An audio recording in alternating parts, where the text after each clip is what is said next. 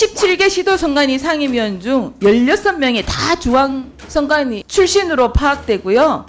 지난해 아빠 찬스로 국민들한테 얼마나 사과 많이 했습니까? 노태학 위원장님. 선관위가 뿌리처럼 썩은 거 이제 다시 고치겠습니다. 그래놓고 상임위원은 법은 그렇게 안 하게 돼 있는데 시행규칙 해가지고 자기들끼리 또 끼리끼리 해먹어요. 또 끼리끼리 해먹어요. 위원회도 끼리끼리입니까? 그렇지는 않습니다. 그랬어요. 위원회는 어떻게 했습니까? 그 위원회의 기본적인 회의 내용에 대해서는 자세하게 말씀드리 이 자리에 우리끼리 해먹겠다고 위원회도 의결한 거 아닙니까? 지금 그 부분에 대해서는 충분한 현실적인 그런 부분이 여건이 반영되어 있는 겁니다. 시도선관위 상임위원은 선관위 외부 인사 중에서 위촉할 수 있습니까? 없습니까? 단답형으로. 네. 시도선관위 상임위원은 선관위 외부 인사 중에서 위촉할 수 있습니까? 없습니까? 법상으로는 가능합니다. 네.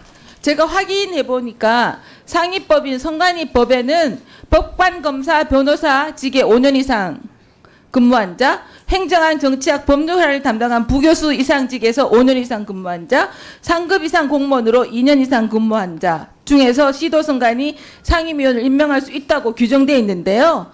하위 시행규칙은 외부 인사 임명을 불허하고 있습니다. 선관위 시행규칙은 4급 이상 공무원으로 7년 이상 선거 및 정당 사무에 종사한 경력이 있는 자로 한정해서 시도선관위 상임위원회 임명할 수 있도록 규정되어 있거든요. 너무 좀 이상해요. 이 근거로 사실상 중앙선관위 출신들이 지역선관위 상임위원 자리 제 식구 챙기기 직위로 전락해버린 상황이에요. 예의가 딱 하나 있습니다. 17개 시도선관위 상임위원 중 16명이 다 중앙선관위 상임 출신으로 파악되고요. 행정학 교수 출신 외부 인사가 상임위로 가 있는 곳은 대전 한 곳뿐입니다. 저는요, 요지만 말씀드리면 선관위법 시행규칙은요, 공무단임권과 평등권을 침해한다는 겁니다. 사무총장님, 상위법령인 선관위법 4위 시행규칙 내용이 서로 상치되고 있습니다. 시행규칙 교체해야 됩니다. 왜냐하면 선관위가 지난해 아빠 찬스로 국민들한테 얼마나 사과 많이 했습니까? 노태학 위원장님.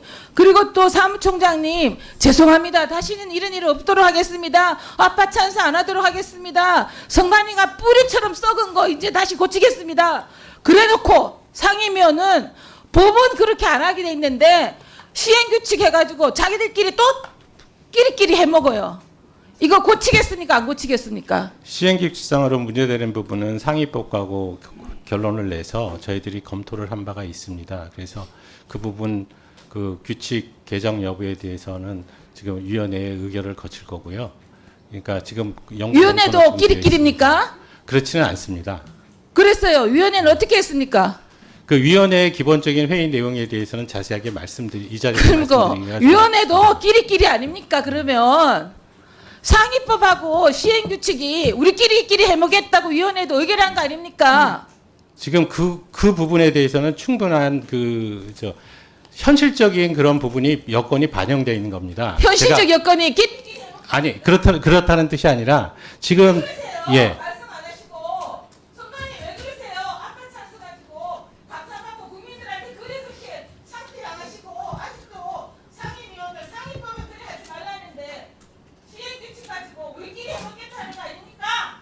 우리 존경하는 김종량 의원님께서 선거보전금 반납 회피 방지법에 대해서 질의하신 내용에 대해서 제가 추가로 더 질의하겠습니다. 우선 PPT 화면을 좀 보시겠습니다.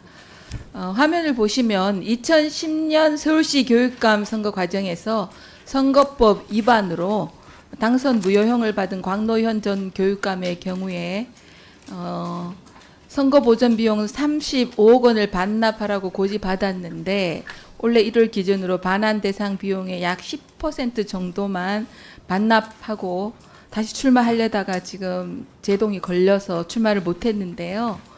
총장님, 그래서 2008년 교육감 선거부터 2022년 지방선거까지 모두 살펴봤더니 전체 반환 대상액 409억 5,500만 원 중 미반환된 금액이 절반에 달했습니다.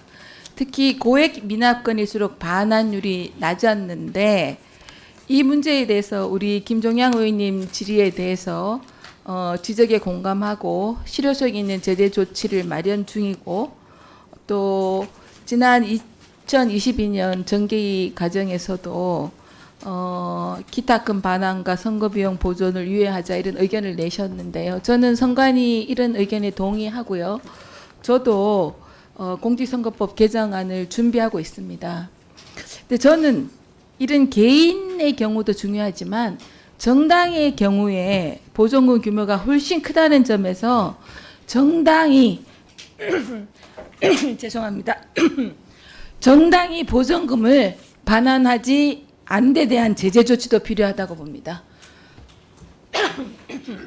가령 정당의 후보자가 당선 무효형으로 선거비용 반환 의무가 있는 정당이 보전금을 반납하지 않으면 정당 보존금에서 이를 회수할 수 하거나 감행할 수 있도록 한 정치자금법 개정안도 본의원은 준비하고 있는데 선관위도 이 문제에 관심을 가져야 된다고 생각합니다. 네. 지금 민주당의 이재명 대표가 공직선거법 위반 사건이 2022년 9월 8일 기소된 이후에 보통 6개월만 되면 1심 재판이 돼야 되는데 이것은 400을 훨씬 더 넘어서 4배가 훨씬 더 넘어서 2년이 훨씬 더 넘어서 다음 달 15일 1심 선고 예정입니다. 만일 이번에 이재명 대표가 당선 무효형에 해당하는 벌금 100만 원 이상 형을 확정받을 시에는 민주당도 보전받은 대선 비용 434억 원을 반납해야 됩니다. 국민 혈세가 낭비되는 일이 없어야 한다는 점. 그래서 선거 공경제 취지를 살릴 수 있다는 부분에 대해서는 여야 모두 이견이 없다고 생각합니다. 다행스럽도 해야 될지 모르겠는데요. 민주당에는 상반기 2월액 300억, 지난해 남은 금액 170억 등 490억 원의 현금을 보유하고 있고 당사의 가치도 400억 원 정도 된다 하거든요. 총장님. 네. 지금 민주당에서 현금을 490억 원 정도 보유하고 있다는데 이번에 이재명 대표가 당선 무효행위에 처하면 대선 때 지급된 선거보존금 당연히 반납해야 되는 거죠? 네, 그렇습니다. 아니요.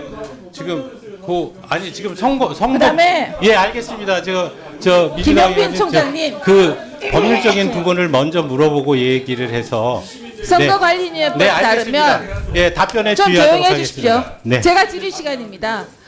네, 다른 알겠습니다. 질문입니다. 이게 확정되면 선거관리위원회법에 따르면 네. 시도선관위 상임위원은 잠깐 스톱 자. 해주십시오.